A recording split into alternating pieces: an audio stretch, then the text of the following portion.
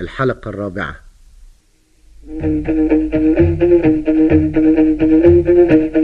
بعد المديح في المكمل أحمد أبو ضرب سالك، نحكي في سيرة وكمل، عرب يذكروا قبل ذلك. سيرة بني هلال يرويها لكم عبد الرحمن الأبنودي، غناء جابر أبو حسين، إخراج أحمد علام. في سيرة عرب أقدمين كانوا ناس يخشوا الملام، رئيسهم أسد 700 يسمى الهلال السلام.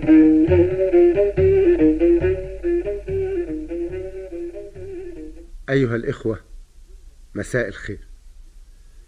قلنا أن خضرة بنت الأمير جردة حامل حرمين بعد ما تزوجت بالأمير رزق بن نايل فارس بني هلال وقائد جيوشها، أنجبت له بنت شيحة. وفرح الأمير رزق وقال مدام خضرة أنجبت شيحة يبقى مسألة أنها تنجب لي ابن دي مسألة وقت. لكن ومع الأسف اللي حصل كان غير كده تمام. انتظر رزق أنها تحمل مرة أخرى فلم تحمل، 1 2 3 5 10 ما حملتش. ورزق شايف نفسه بيتقدم في السن، والمشكلة زي ما خضرة ادت له الأمل لكن قطعت حباله وما واصلتش وما أعطتهوش الابن اللي بيحلم بيه. فالحقيقة تعاسة الفارس زادت وآلامه أحاطت بيه، وبقي وضعه أسوأ مما كان، لأنه لما اتجوز خضرة من 10 سنين كان يعني عنده الحلم، كان عنده الأمل. إنما الفارس لما يصل لعمر 75 أو 80 فلا بد إنه هو بيدخل في طريق اليأس زي ما كان رزق الهلالي بطلنا. وكان أي شيء يفكروا بوضعه بيجننوا، يعني يلاقي نفسه زي المجنون ويطلق فرسه في الخلا ويفضل ينوح ويكلم نفسه ويشكي لربنا. في صباح العيد، وكان للعيد في القبائل العربية وضع خاص، لأن العيد ده مكان وزمان التقاء جميع القبائل المتحالفة. يعني في يوم العيد تيجي كل قبائل جعفر وهلال وسليم وزغبة ورياح وزحلة، كل هذه القبائل تجتمع حوالين وفي داخل ديوان وصوان الملك سرحان ملك بني هلال أو سلطان بني هلال زي ما كانوا بيحبوا يسموه. لبس رزق وتزين وتعطر وراح يقابل أبناء عمومته في ديوان الملك سرحان ويهنيهم بالعيد ويشرب معاهم القهوة زي ما بيحصل وبيعرف أخبار. راح رزق كالعادة عشان يحتفل بالعيد مع وفود القبائل بتاعته، وقعد ووسعوا له ورحبوا بيه ودخلت له طبعا القهوة.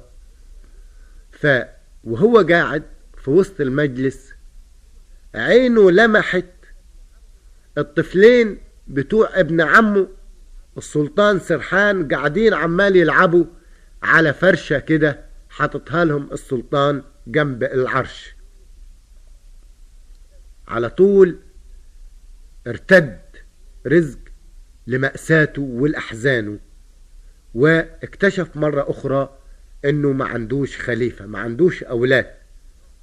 قلبه اتقبض وراح طالع فجأة من الديوان زي الزوبعة بدون ما يشرب قهوته، وانطلق للخارج. وقف العرب مذهولين ما عرفوش ايه اللي حصل داخل رزق، لكن رزق اتجه على طول على زوجته خضرة في الدار وهو غضبان وعينيه مدخنة وأحواله مش طبيعية. رزق وخضرة بعد كده بقوا منتظرين رب المهيمن عطاني، مع بعض الاتنين صابرين 2 سنين ما حملتش تاني، وتمت 3 سنوات، 4 ما جاتش خليفة، 5 لها دموع سنوات، يعني في كل ثانية تواتيها حمول البلا مش خفيفة. لما تمت 10 سنين ما وضعتش أولاد تاني، لا بنات ولا بنين، وهذا حكمة اللي نشاني. في دي اليوم طالع يمر على المال هو الإبل، وكان معروف ان رزق بن نايل عنده أكبر عدد من الإبل، والعرب يطلقوا على الإبل المال. ففي دي اليوم الرزق طالع يمر على المال، عطاه له إله البرايا. شاف المال عقله الذكي مال، شافه كتير وملهوش نهاية. لقي المال شمال ويمين، خيول ويا جمالي. قال يا مال بعدي ورثك مين؟ يا عدم العيالي، يا عدم الأولاد. سجان البين كاس دايب خليفة، يعني دايب خل فيه كاس مر. يا عدم الأولاد. سجان البين كاس خليفة، البكا جرح الفؤاد، حموت قليل الخليفة. أنا كبرت وقصر بعيدي، يعني باع إيدي، قصر دراعي المتين اللي كان يشيل السيف ويحارب الأعداء. أنا كبرت وقصر بعيدي، والبين خلف المعادي. يا مال مين يورثك بعدي؟ أخاف يورثوك الأعادي. يا هل ترى مين يورث المال؟ مدام ما معيشي خليفة، فوضت أمري إلى المال، يعني إلى المولى. سجان البين كاس الخليفة. يا هل ترى مين يورث المال؟ مدام ما معيشي خليفة، وفوضت أمري إلى المال، ده سجان البين كاس الخليفة. وقول يا عم جابر. قال البطل الحمد لله، عجبني أمره الذي رضيت بما قسم الله. الأنثى وراها الأولاد،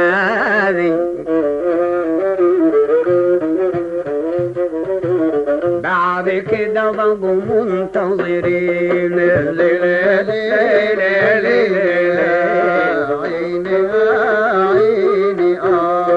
بعد كده بقوا منتظرين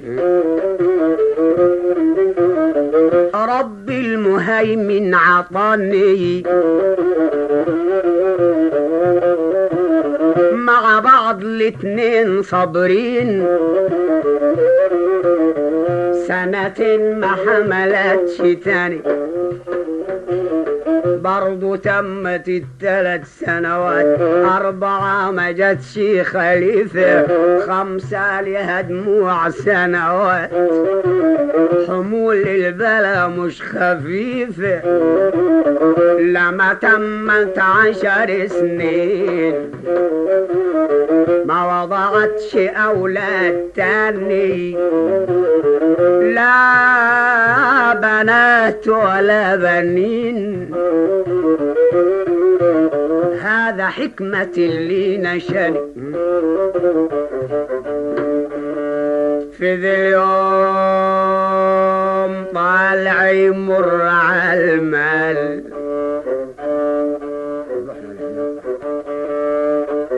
طالع رزق يمر على المال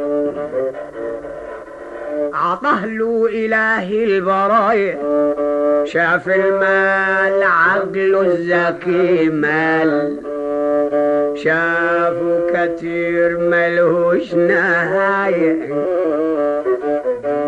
لقى المال اشماله يمين لقى المال اشماله يمين خيول ويا جمالي قال يا مال بعدي ورثك مين يا عدم العيالي يا عدم الأولاد سقاني البن كاس دايب خليفة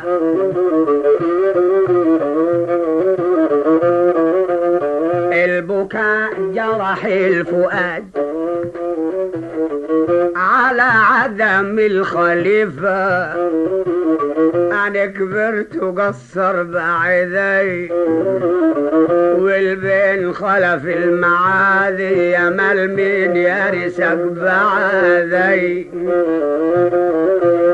أخاف يورثوك الأعاذي يا هن ترى مين يا ترى مين يورث المال مدام معيشي خليفة فوضت أمري إلى المال سقاني البين كاس الخليفة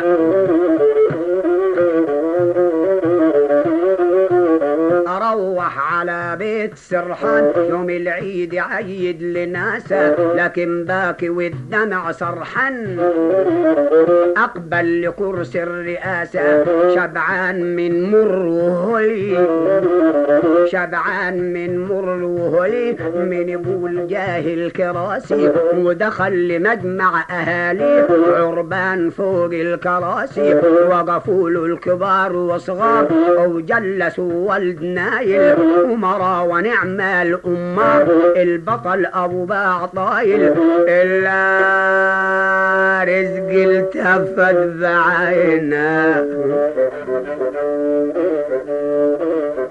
رزق التفت بعينه راجل ولو وجه ناذي بيقول يا بين قصرت بعينه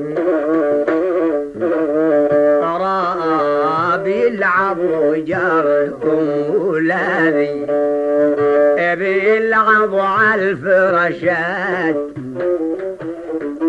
اللي تبلا متلو ماشي رزق عقله من مخه قد شت ترك القهوة وقام ماشي أروح على البيت في غضب أروح على البيت في غضب وطرق الباب بيمينه عقله كأنه انجذب مع الغلب شايف يومينه كان ابن نايل وصل 60 كان البطل وصل 60 وغرشيحة ما عنده شيء وخليفته في البيت 60 لكن مبكى ما تلوموش طرق الباب الفتى بيده مفاضل في جسمه شريف لها خد موزون وندى فتحت له خضر الشريف. ابن نايل وصل 60 وغير شيحة ما عندهوش وخليفته في البيت 60 لكن انبكى ما تلموش. وال60 دول طبعا خضرة وشيحة. طرق الباب الفتى بيداه بعد ما رجع من ديوان الملك سرحان. طرق الباب الفتى بيداه، ما فاضل في جسمه شريف، يعني ما فاضلش في جسمه شيء يرف. طرق الباب الفتى بيداه، ما فاضل في جسمه شريفة، لها خد موزون وناداه، يعني ندي، وفتحت له خضرة الشريفة زي ما عم جابر قال. قالت له أراك باكي وزعلان يوم العيد، ليه يا ابن نايل؟ أخبرني يا أجدع إنسان يا حامي جيوش الهلايل. قال لها سبب البلاوي وبكايا ما هنتي، سبب البلا وبكايا ما هنتي. أنا جايبك أميرة وقرة عيوني، وشاورت قلبي لطلاقك ما هنتي، بس خليت العرب عايروني. بيفكرها لما اتزوجها زمان والقصة وانه راح اتجوزها علشان حكاية الخلفة دي، فهي ما خلفتش.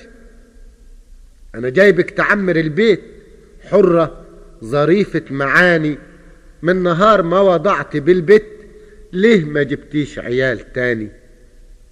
ده انا كل املي في 10 سنين ما عرفش عدد ولادي، وجرط على الناب وسنين، جرط على نابه وسنانه.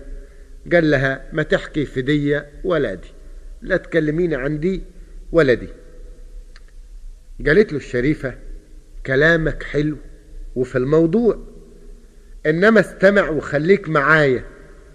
عارف انه غيط فيه عيال مزروع، انا روح اقطف لك تجاوب يدايا. قالت له يعني لو الخلفة دي ولو الاولاد بيزرعوا في غيط دلني عليه وانا اروح اجيب لك تجاوي الاولاد دول، انما ربك رايد بكده انهي سوق بيبيع اولاد. اوعى مع ربك تجاوي، اوعى تعارض ربنا، انهي سوق بيبيع اولاد، اوعى مع ربك تجاوي. كلامك ده جرح الفؤاد، قل لي على مطرح واجيب التجاوي. عقلي ذهب من الدماغ شال، ده انا صابر الحكم سيدي، ما عطانيش ربي عيال، يعني حخلق عيال بايدي. طرق الباب الفتى بيده، مفاضل في جسمه شريف،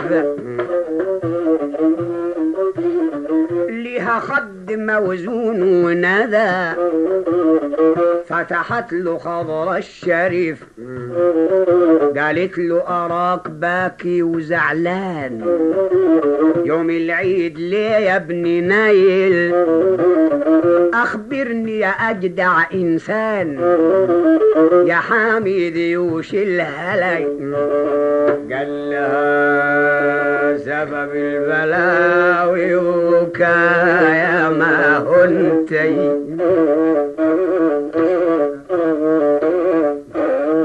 أنا جايبك أميرة وقرة عيوني،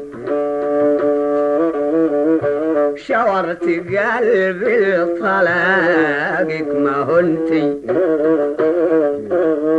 بس خليتي العرب عايروني. أنا جايبك تعمر البيت،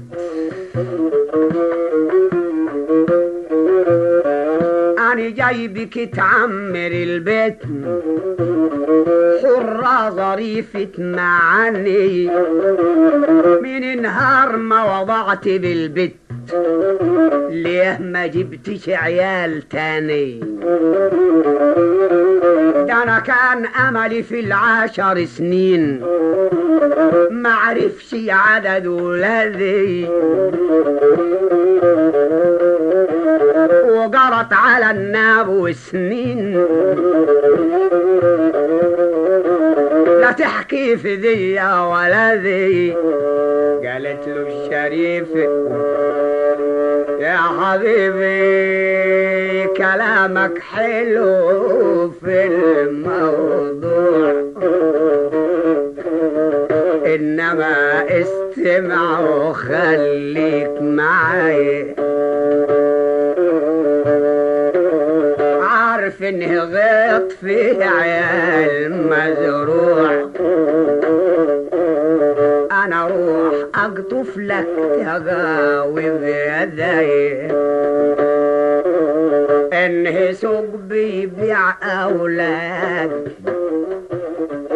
وعمع ربك تقاوي، كلامك ده جرح الفؤاد، اي مطرح اجيب التقاوي، عقلي ذهب من الدماغ شال، عقلي ذهب من الدماغ شال، داني صابر الحكم زيدي، ما عطينيش ربي يا اخي عيال، يعني هخلق عيال بإيدي.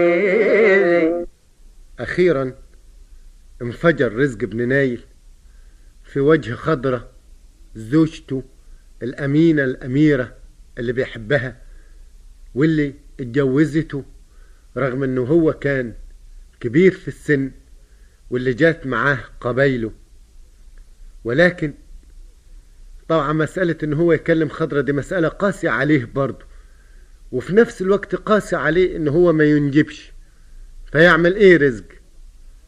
اول ما صبح الصباح سرج على خيله وقرر ان هو يروح يصيد الغزال في الجبل. وصيد الغزال عند العرب كان هواية صحيح، لكن اكتر منه انه لما تكون الامراء او الرجال متضايقين وفي مشكلة عندهم، فدي فرصة انهم ينفردوا بنفسهم في الصحراء بعيد عن الناس. ورزق قال لك انا لما اطلع وطارد الغزلان في الجبل يعني انفرد بالمشكلة بتاعتي، ويمكن اعرف يعني ايه الاقي حل او على الاقل انساها يعني. فخرج وساب لها البيت. ولكن احنا طول الوقت نتكلم عن رزق، نتكلمش عن خضرة خالص.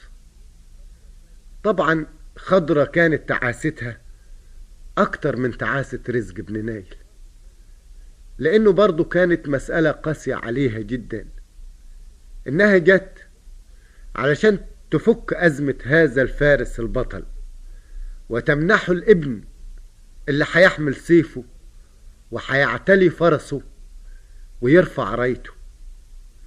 وادي اهي بعد 10 سنين من الحياة مع رزق ما انجبتش الا شيحة، وما ادتلوش الطفل بطل المستقبل اللي اتفقوا عليه واللي على اساسه تمت هذه الزيجة. فطبعا قعدت خضرة في وضع تعيس جدا وتسأل نفسها وتقول له يا ربنا انت بتعمل كده فيا ليه؟ انا يعني كنت جاي علشان فعلا هذا البطل ذو الخلق العالي امنحه ما يتمناه مني، وبعدين انا بحبه ومش عاوز انفصل عنه، وفي نفس الوقت الرجل ده من حقه ان هو ينفصل عني، ومن حقه ان هو يهجرني ويبحث عن الزوجة اللي هي تمنحه الطفل. فرزق في الصحراء قاعد يكلم نفسه، وخضرة قاعدة في البيت تبكي وتنوح وتكلم ربنا. فصبح الصباح وطلع يصيد غزلان، ولكن دمعته للجبال. للجبال هنا يعني زي اللجة، لجة النهر أو البحر اللي تبل الشاطئ. للجبال يعني لجة بالة خدوده. صبح الصباح طلع يصيد غزلان، ولكن دمعته للجبال بيقول يا بين ليه خبلت غزلان، يعني ليه خبلت غزلي أنا. صبح الصباح وطلع يصيد غزلان، ولكن دمعته للجبال بيقول يا بين ليه خبلت غزلان ومسك وسيع الجبال. لما خل المنزل وفضلت خضرة كلامه في المسا كان أذاها. قالت يا ربي إن كان فيها زيت وخضرة ما تحرم سيدة من عطاها. يعني يا ربي إن كنت ناويلي بعيشة وزيت وخضرة وحناكل وحنعيش، ما تحرمش سيدة من عطاها، وما تحرمنيش من ابن يفك الأزمة دي ويفك الديجة دي اللي هي مش ديجة خضرة بس ولا رزق بس لوحدهم، وإنما هي طبعا أزمة كل القبايل اللي رزق بن نايل فارسها وقائدها.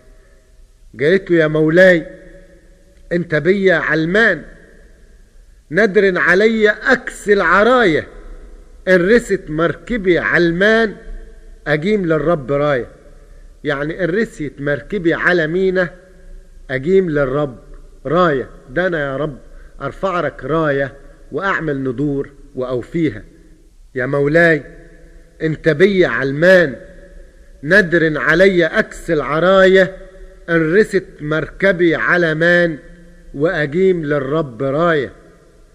إن عطاني الخلف ورأيت حاجة تعمر دياري، بس أشوف طفل يمر في البيت عشان رزق ويطفي ناري. قول يا عم جابر. صبح الصباح وطلع يصيد غزلان، ولكن دمعته للجبل، بيقول يا بين لي خبلت غزلان، ومسك وسيع الجبل. لما خلى المنزل وفضلت خضرة مع كلامه في المساكن أذاها، قالت يا ربي الكان فيها زيت وخضرة، ما تحرم سيدة من عطاها. يا مولاي انت ذي علمان، دي كلام الشريف بعد ما خلى رزق المنزل. يا مولاي انت ذي علمان، انا ندر اكسي العراية، الرست مركبي علمان، أقيم للرب راية. إن عطاني الخلف ورأيت، إن عطاني الخلف ورأيت حاجة تعمر دياري، أخذ وأشوف طفل يمر في البيت عشان رزق ويطفي ناري. بتبكي ولها دمع سرحان، العايقة في صباها،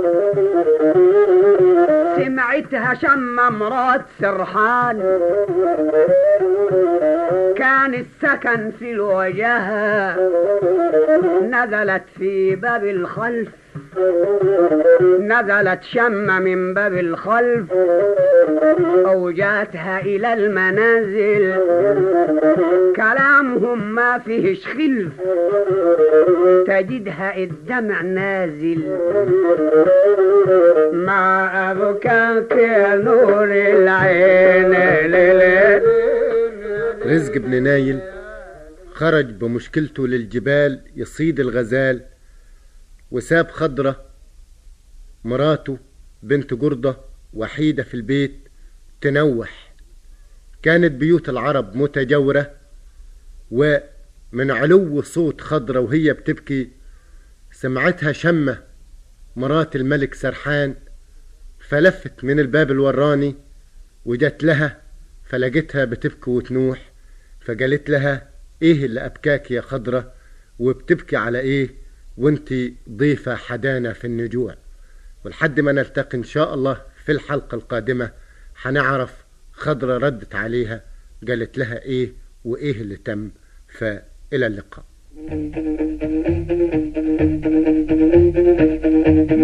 بعد المديح في المكمل أحمد أبو ضرب سالك نحكي في سيرة وكمل عرب يذكروا قبل ذلك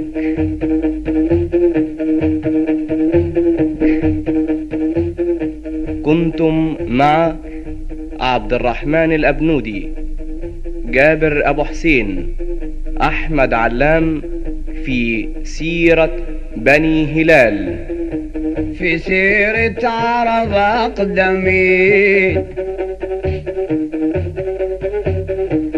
كانوا ناس يخشوا الملامة